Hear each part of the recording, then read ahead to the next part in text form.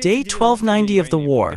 The negotiations by the coalition of the willing ended with the words that everything was agreed on and everyone agreed on everything.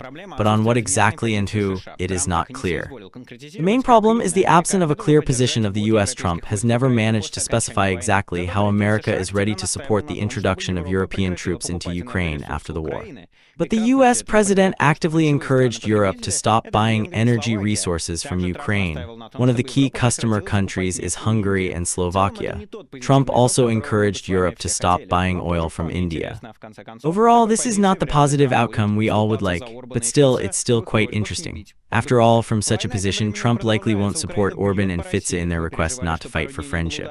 War, meanwhile, continues. Ukraine strikes Russia. Were you worried there were no strikes on refineries for a couple of days? Well, here they are. In Ryazan, a refinery is on fire, and in Rostov region, soldiers are observed for the air situation, where they not only monitor civilian but also military targets. In Luhansk, a refinery is on fire. More and more signs appear on the front that the Russian command decided to focus all forces on Pokrovsk, likely Konstantinovka, for the final chord of this year's offensive.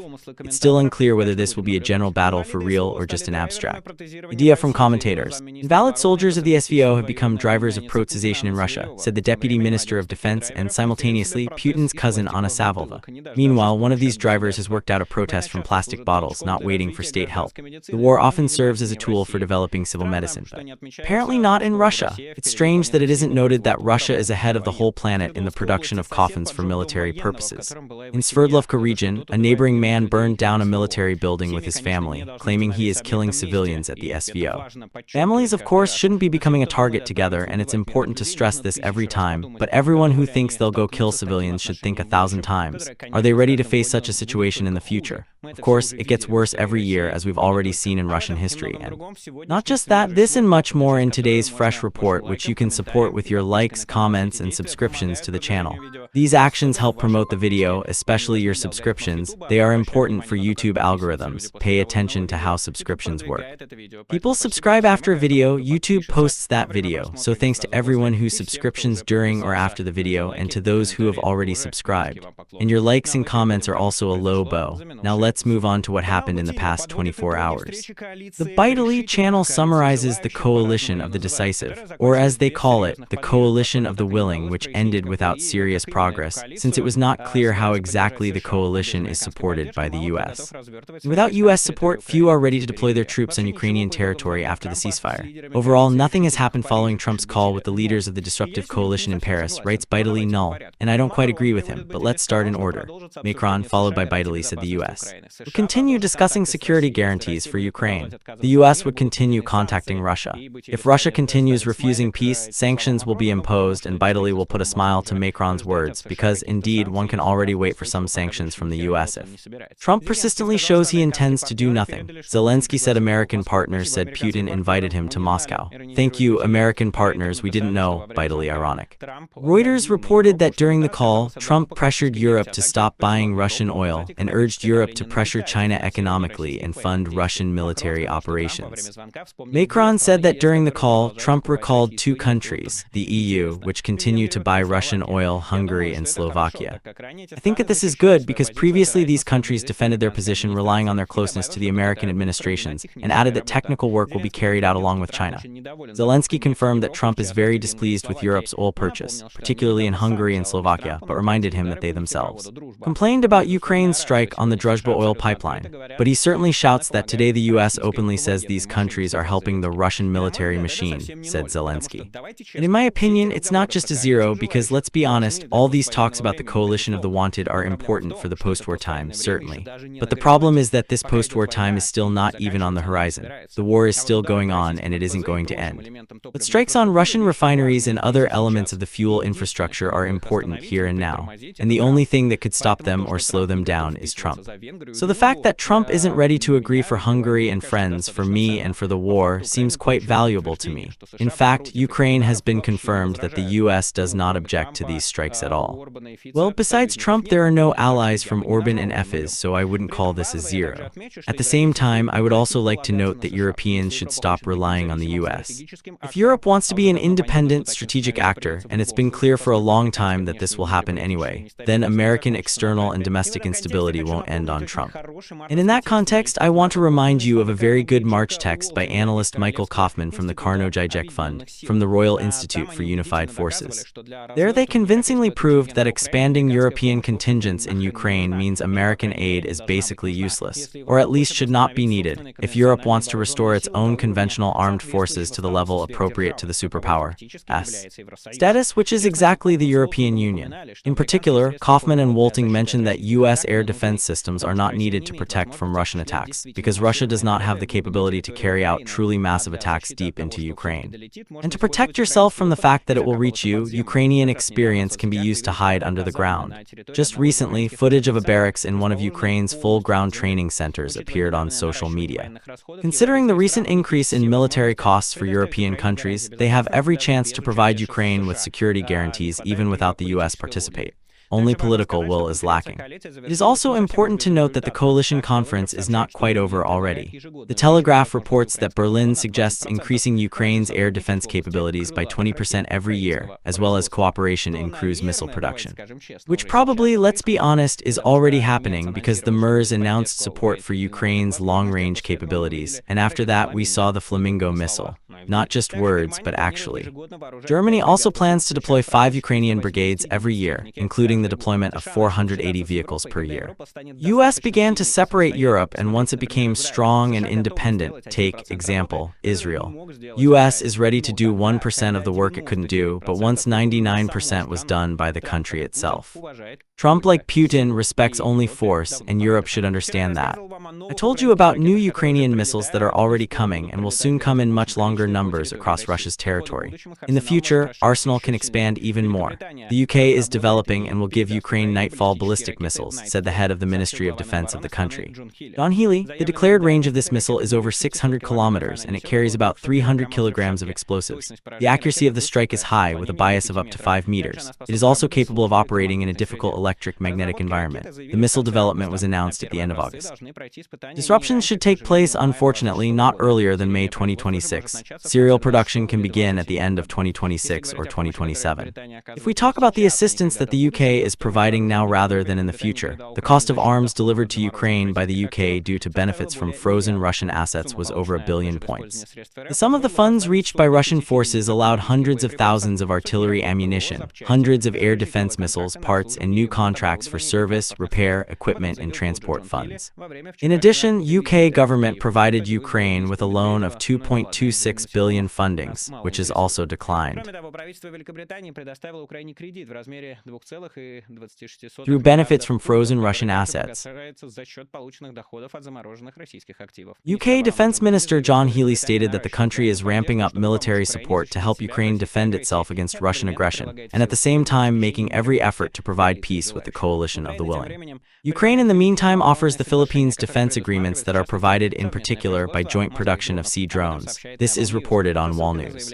With a link to the statement of the Ukrainian ambassador to the Philippines, Yuli Fedov, the military transmits, it is reported that the parties plan to sign a document by October. It is expected that a Ukrainian high-level delegation will arrive in Manila, led by the Defense Ministry, to meet with the Philippine colleagues. According to Fedov, the draft agreement has already been handed over to the Ministry of National Defense of the Philippines, and Kiev is currently awaiting an official response. Meanwhile, the first non-residential attaché on Ukrainian defense issues in the Philippines, Colonel Andriy Belensky, visited a number of military units in Manila last week, including headquarters in the UAV, the Army, and the military-industrial complex in the Philippines. Negotiations focused on potential cooperation in the field of technology, personnel preparation, and the development of defense capabilities. The Philippine command may show particular attention to Ukrainian naval drones facing growing tension with China in the South China Sea. The conflict continues due to territorial claims and discussions about sea borders, which have repeatedly led to clashes between their ships and Coast Guard forces. Thus, sea drones, including the Ukrainian Production leading the world in this sector can be used to form a strategic deterrence element. In July, it became known that the Minister of Defense of the Philippines and Lithuania signed a memorandum on understanding each other and creating the Alliance for Security. The memorandum will help countries in the defense sphere, particularly in cybersecurity, the defense industry, the production of ammunition, the counter-threats, and naval security. During a press conference, Lithuania's Defense Minister Dovilė Šakolin expressed concern about the appearance of authoritarian Russia, China, North Korea, and Iran. She noted that the new alliance requires unified response from countries against democratic countries. So if in China they thought Russia could help illegally and bypass sanctions without consequences in terms of control, that's deeply included. Without a doubt, the alliance of democrats is being formed behind the alliance dictatorship, and Ukraine is ready to show itself as the arsenal of this new alliance. Before we move on to the strikes on Russia, which is once again showing off, I remind you that you can support this video not only with your likes, comments, and subscriptions, but you can also support this channel financially. You can do this on Patreon, the link is in the description. Gain level of support and get the appropriate bonuses. Unfortunately, there isn't much of them. I don't have time to regularly broadcast for patrons or watch propaganda videos. As we did in Indian films, it was quite moody. The recordings are available for patrons. But if you want to support this channel, this is one of the best options. Another option is to buy a NVPN, a tool to bypass restrictions, allowing you to watch YouTube at normal speed, use Twitter, Instagram, WhatsApp, Telegram, Discord, blocked resources. In short, life without an NVPN is hard to imagine, and you likely have one or are thinking of buying one. But if you want to buy one that not only makes you reliable, but one that helps you release videos on this channel, a NVPN is a great option. The link to it is in the description. Until now, lawfully speaking, it's still legal to buy NVPNs and use them. And now, let's move on. In recent days, Ukraine has been slowing attacks on Russian-based sites. This means that attacks are happening in a different direction. A bigger number of attacks and their consequences are becoming known. According to Telegram channels, on the night of September 5, that is, today, local residents reported a fire at an oil refinery in Ryazan after a UAV attack. Everyone who was afraid that there would be no more strikes on oil refineries is doubtful. Photos and videos of the fire at the refinery were also posted on social media. It also hit a Luhansk oil base. The defeat was confirmed by the head of the drone forces, Magyar. It's being analyzed, writes by Kościuszko Egla, consistent with Ukraine's defense forces. The Ryazan refinery, the neft refinery with a capacity of 71 million tons per year, one of the 4 largest refineries. A visit was made, complaints from Tackiv and SBS. 14th half of the SBS unit, combined with the Special Operations Forces, the GUR, and other units of Ukraine's defense forces. The Luhansk oil base delivered complaints from Tackiv and SBS. The 14th half of the SBS unit. Combined gasoline becomes a liquid in oil, and gas and oil are quickly burning, Magyar writes poetically. But that's not all. On the morning of September 5, Ryazan Governor Pavel Malkov reported that 8 drones were allegedly shot down over the Ryazan region by Russian air defense. According to him, drone debris fell on the territory of the industry, and the consequences are being eliminated. So, as you can see, drone debris continue to destroy Russian refineries, and the governors are confirming this. It's interesting how soon we'll hear about missile debris, which will cause much more damage than drones are currently doing. Judging by the fire sign, on the night of September 4, UAVs attacked 2 RLS station complexes in Rostov region. They are part of the United Systems Organization of the Air Defense Movement, but they are also targeting military targets. In particular, Dutch forces have been trying to get recordings from Russia for a long time to determine if missiles from Russia's Buk, which defeated the Malaysian war on Donbass in 2014, are visible to them. Meanwhile, Russia refused to supply protocols to the recordings, so not only does it see radars and launches missiles. After the strike, UAV hit a transformer substation in Krasnodar Krai on September 1, according to Astra. On the night of September 1, a fire broke out in the Krapatka industrial zone. It was extinguished almost 3 hours later, according to the head of the regional management. According to Astra's sources, as a result of the strike, UAV reached the Kavkazka railway station without electricity. Railway stations Koltnaya, Vodozabor, Stancija Korai Pomashch, 5 school, 10 multi-apartment, and over 100 private houses, home to around 4,000 residents, remain in Zyrpotki. After several hours, socialized facilities were converted into energy supplies, and houses began to provide electricity between 2 p.m. and 2 p.m. In general, let's hope that other railway stations won't have civilian objects connected to their substations, because Ukraine supplies those substations, levels the Russian railway network, and The ability for Russia to move military logistics. Unfortunately, due to civilian objects being connected, they can also have problems, but as a rule, they have reserve power. Ukraine doesn't provide reserve power or power stations itself. Russia launched a ballistic missile strike on a humanitarian group of civilian sapper troops working in Chernihiv Oblast. The video was published by the Russian Ministry of Defense, recognizing the crime. The drone footage shows columns of white microbuses and off-roaders with no warning signs or military signs. Alexander M missiles were fired at this group. Russians stated that they allegedly destroyed the launch and command point with drones. According to the head of the Chernihiv City Military Administration, Dmitry Brzezinski, 2 people were killed as a result of the attack and 3 others were injured. The missile strike was at 14:55 a.m. near the block post at the entrance to the village of Novoslivka, located on the northern edge of the city. The Ukrainian Monitoring Resource Monitor reported flight of reconnaissance drones near Chernihiv, following the launch of one of the ballistic missiles, Iskander-M. This is another proof that Putin does not plan to end his illegal aggressive war, according to Denmark's ministry, and condemned the Russian strike on a humanitarian, emphasizing, mission near Chernihiv. We decisively discuss all acts of aggression against humanitarian workers. This is another proof that Putin does not plan to end his illegal aggressive war, according to Denmark's Foreign Ministry head Lars Rasmussen.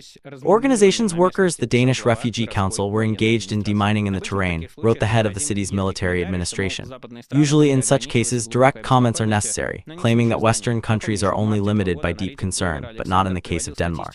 Remember, back in March of this year, analyst Oliver Alexander brought in a statistic, according to which small Denmark, relatively small, spent $7.5 billion or $1,256 on intensification, which is almost 7 times higher than the US, again, on intensification.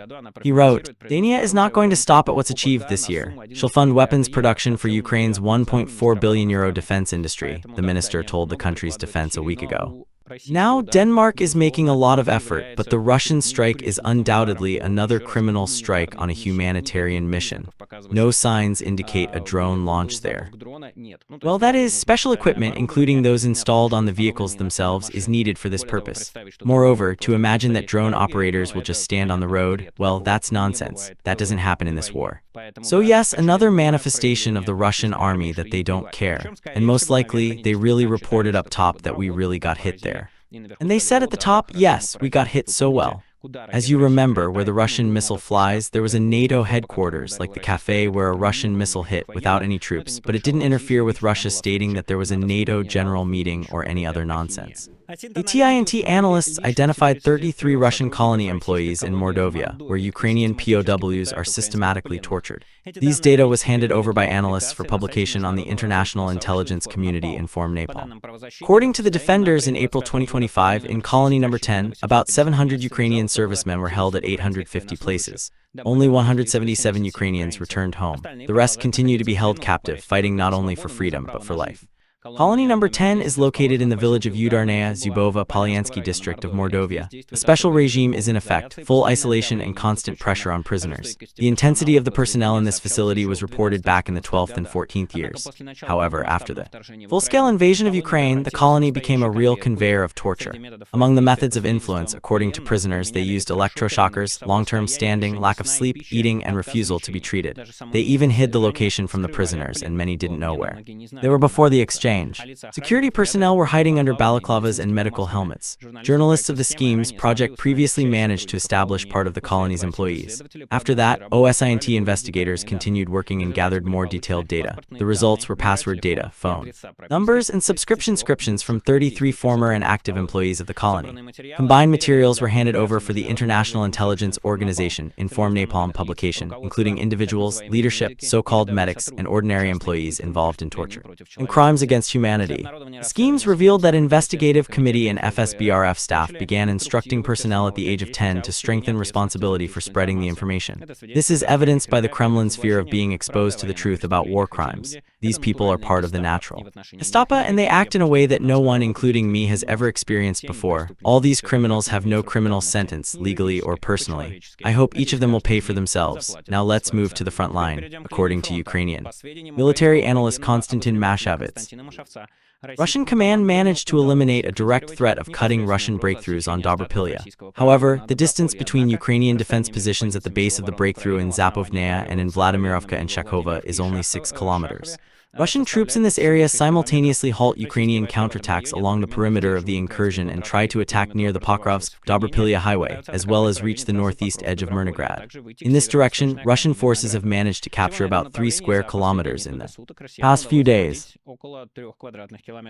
Officer Musevitz notes the 51st Army operating here may begin experiencing a shortage of combat infantry.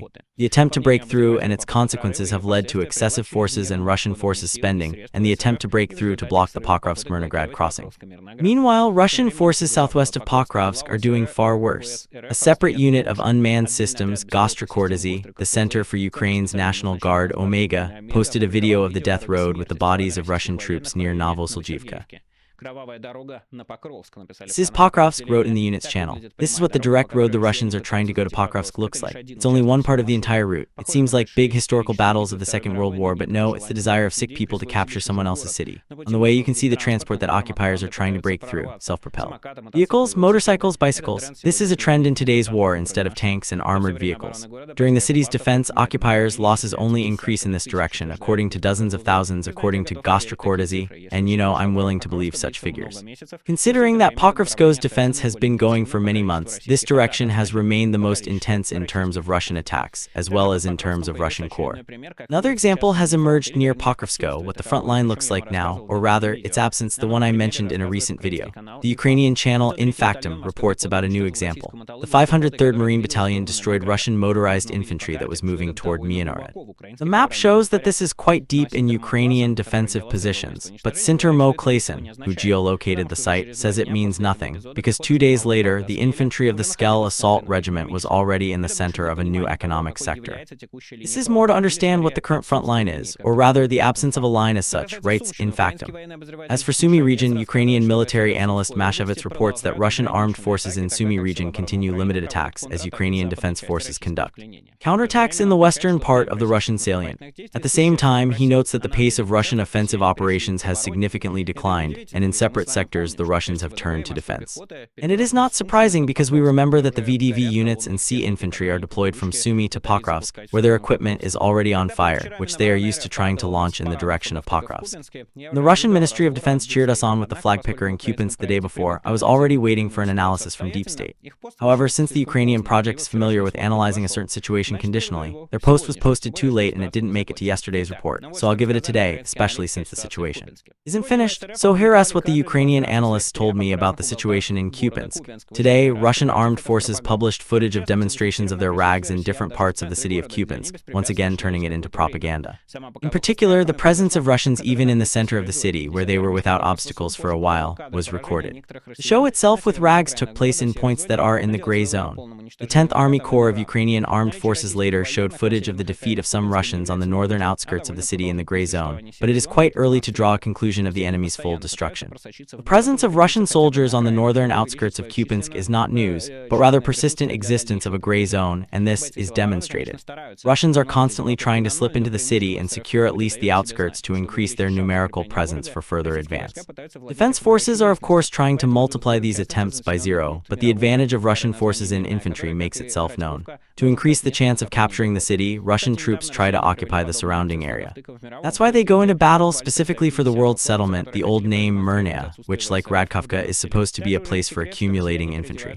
By the way, recently, Russian forces carried out a similar action with flag carriers in Marivoy, where representatives of the 10th Corps were to demonstrate the absence of Russian armed forces in this village. It's also not a secret that Russians are changing into civilian clothes to sneak into the city to implement their plans. It's not just that this story with its fabric demonstrations is a bit larger scale when Russian troops are infiltrating into the city and increasing their numbers.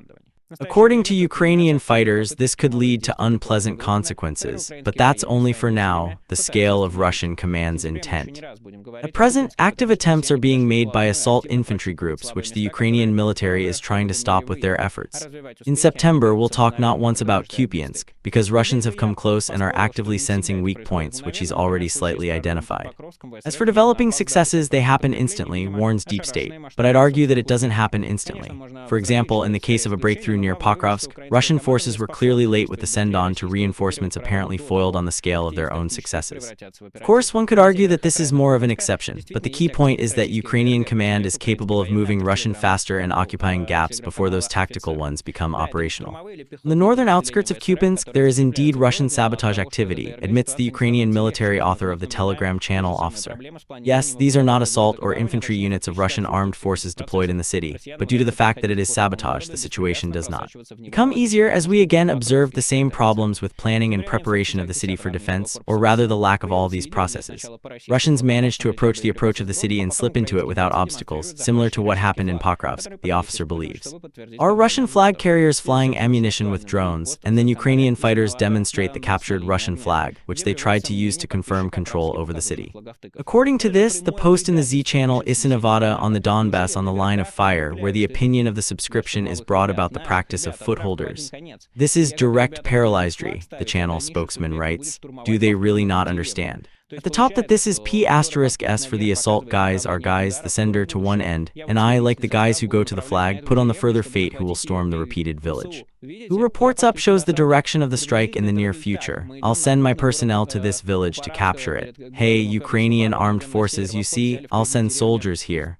Apparently this is how it looks. We're going to the large city of Kupyansk. We're standing in front of the city moving northward. They took the village away from us. P*S*T, I'm the enemy of the village. I carried out the main strike to encircle this large city. You see enemies, we're going to go there, get ready, the Z channel ironic. Ukraine looks at the map and drags troops into these villages. Oh, thanks, Commander, for such a quick hint of where the main strike will go. Is that not true? Is that not true? Yes. Is this not betrayal? Is it not dying on the side with the personnel? There are no words. This is ***. Sorry again, writes the Z channel. Oshevich writes about the persistent counterattacks on the northern edge of Kupyansk, as well as in the Kondrativka area, which the Russians are trying to capture. In addition, Russian forces managed to expand the Pravobrezhna and Platsdarm beyond the Askal River in the Figovka area by 1 kilometer. Previously, Askal is only 1 and 3 kilometers away from here. In addition, Deep State notes Russian advances near Stipov and Novoselka on the eastern bank of Askal. Russian forces have not yet managed to approach Kupyansk from this direction, because Russian command decided to make the main efforts at the Askal bridgehead to cut Kupyansk off, although Russian forces are limited at least by the fact that it is impossible to redeploy equipment across the river under fire control of the defense forces over the crossings. As for the Lyman direction, let's move there. Deep State notes Russian advances near Durilovo in the Lyman direction. The front is dangerous here, approaching Lyman itself, behind which lies the road to Slaviansk from the north, but the battle for these cities, apparently, is still far off. Z warblogger Anatoly Radov in the meantime shows a shelling of Ukrainian positions on the Zerchny map. According to his version, these positions are in the center of the village on Mir Street, and the Russians are controlling a small point in its eastern part, Udamba, across the Zherabets River. Apparently, the breakthrough to Lyman from this direction is being postponed. As for the Siversk direction, Mashevitz reports that in 1.5 months, Russian forces managed to take only a portion of Grigoriivka and Serebryanko. Z-War correspondent, Yuri Kotenok, in turn, points out that the battles on the access to Siversk themselves from the east have also taken place positionally, meaning the Russian offensive in this sector has been stuck. The lack of successes, Mashevitz explains by the fact that the current 3rd Combined Arms Army, former 2nd Army Corps of the LPR People's Militia, was also intercepted near Chasiv Yar, and recently in Konstantinovka instead of the 51st Army, the former Podpokrovsk. As you can see, everyone's heading toward Pokrovsk. In occupied territories, even unseen footage with trough columns and gear is filmed.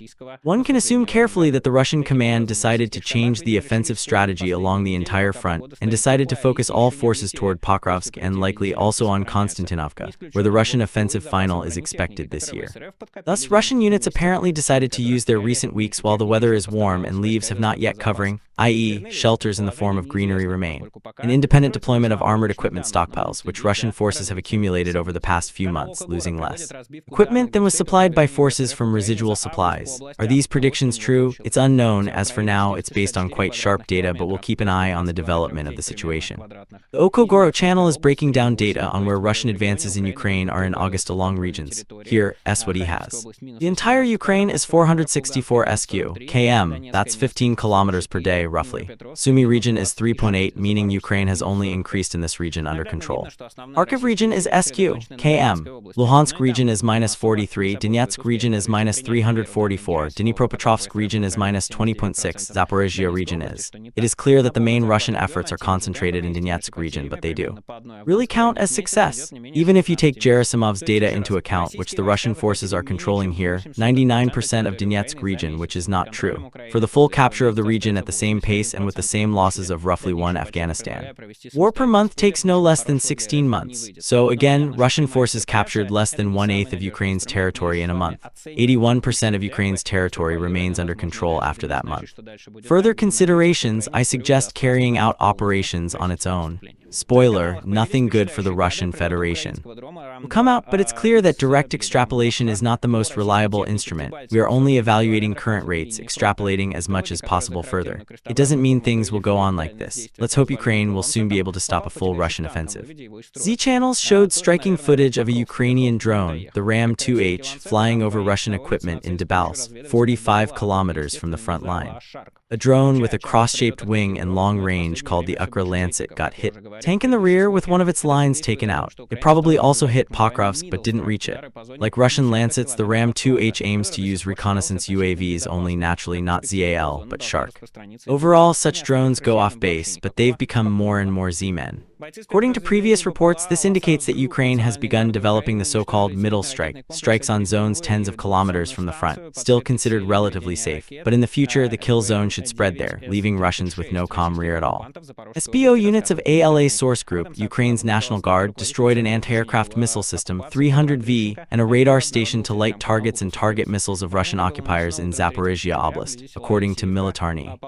This was reported by the head of the Occupation Center, Petr Andrushchenko, who published images and Telegram channels Budusov Plus. The strike occurred on the morning of September 3 near the village of Alexivka in the Pologovsky district. The video showed Ukrainian drone operators being detected and then hit. Drone also includes a single self-propelled launcher with 2 transport launch containers on the road. It should be noted that the RPN-9 S-36 includes the composition of modern Russian ZRK Buk M2 and Buk M3 drones. Another S-300V was destroyed on August 20 by the latter's group fighters, resembling the military.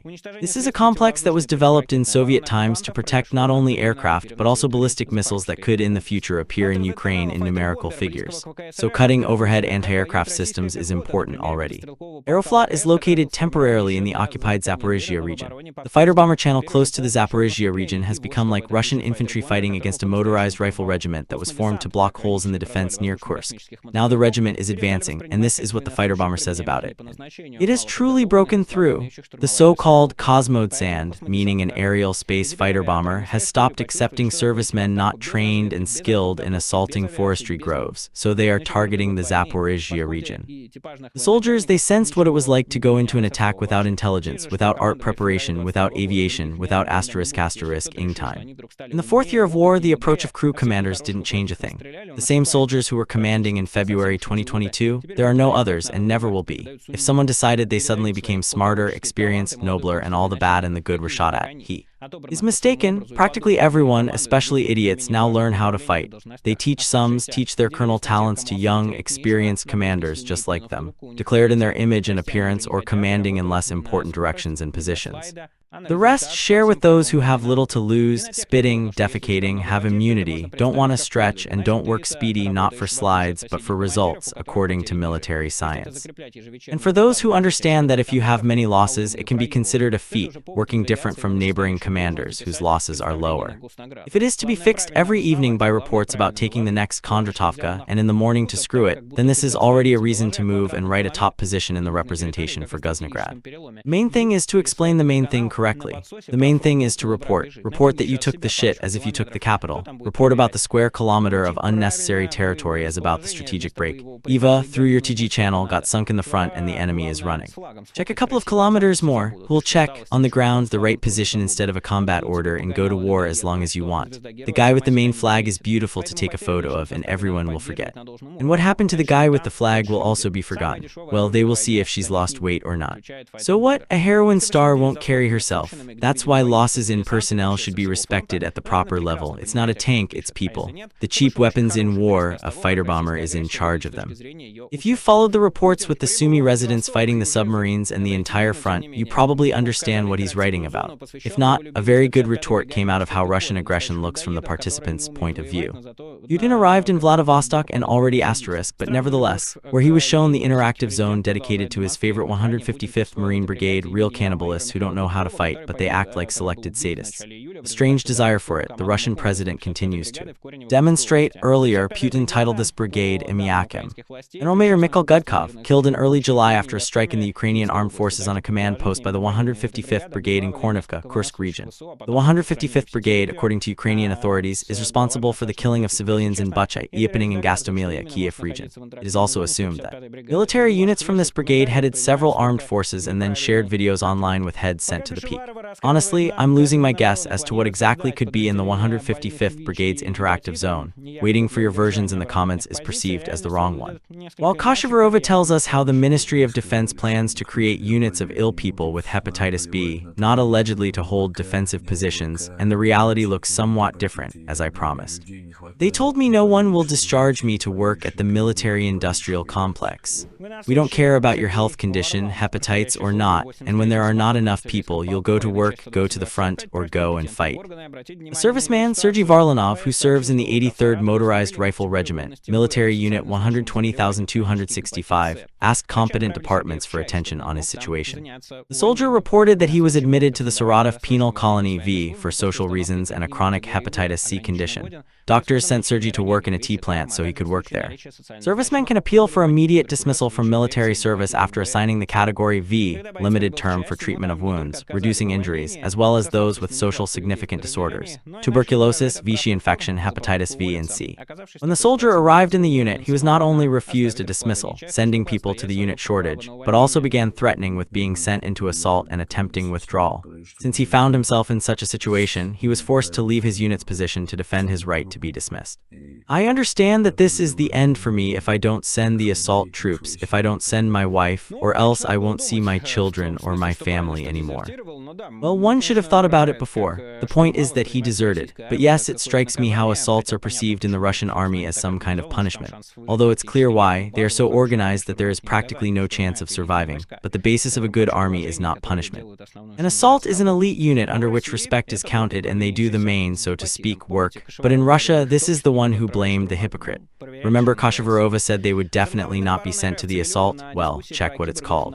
The deputy head of the Russian Ministry of Defense, Siversk, in a discussion about cyborgs on VEV, called the participants of the war with Ukraine drivers of the development of processization in Russia. SVO participants became the kinds of drivers through which the state began to implement the world experience of active socialization of disabled, including processization, said the Deputy Minister of Defense. Putin's nephew Anata Sevleva rubbed the line between a person and a machine. Neuroprotses, cyborgs, and agentry on the framework of the Eastern Economic Forum VEV. By the way, Anata Sevleva has squandered all of Ukraine's industry, so this is a separate conversation.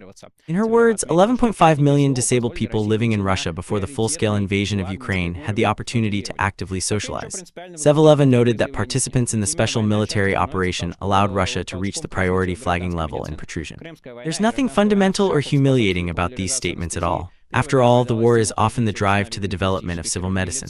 The Crimean War and the Civil War in the U.S. helped popularize anesthesia. The First World War allowed it to help develop plastic surgery on the face, and the Second World War supported the global spread of penicillin. But Chivlev's words produced distorted hypocrisy by recalling how things actually go with the processization of Russian disabled in the war. Disrupted participants of the SVO are forced to take care of themselves and come up with self-funded strategies to move forward, says the channel. Do not wait for good news. This is due to the fact that soldiers who became disabled after the injury have been waiting months for treatment from the state. Well, we've been waiting months, protest, and the guys have just, Kulibin in short, made, oh look, he's just going, just imagine he's going. These are the drivers of protest, which of course should be known. Tis Velavea likes to keep quiet about it. If I have sympathy for these people who lost their comrades in the war where they came to kill Ukrainians for money, no, I don't have any sympathy for them.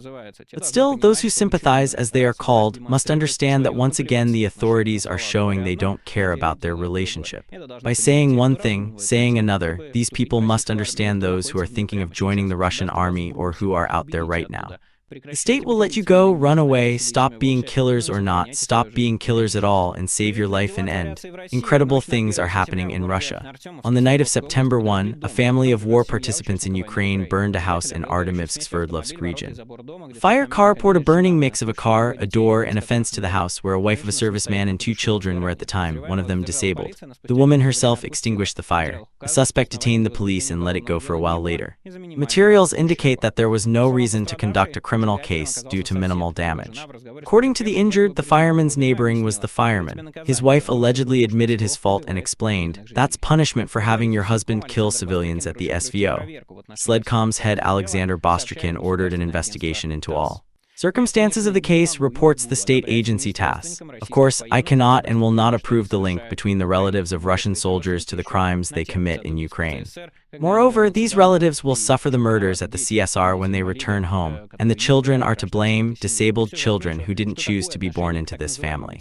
Still, I note that such a treatment of the so-called veteran of the SVO will meet again, and it's already meeting, that you can see and remember a bunch of segments where they are viewed with contempt. They are viewed as killers who they are to the SVO veterans, and of course this is distributed among their families, because in Russia, including, the rhetoric of hatred is widespread, so to speak, by all signs. Well, for example, you are friends with an agent, you are friends with the enemy of the people, you are from the family of the enemy of the people. Naturally, this bypass works the other way around. So it's worth thinking 1,000 times before replenishing this category with yourself, the servicemen of the Russian army, the fascist occupation army, because even dear and close people can be caught back, not to mention that they will suffer when you're killed.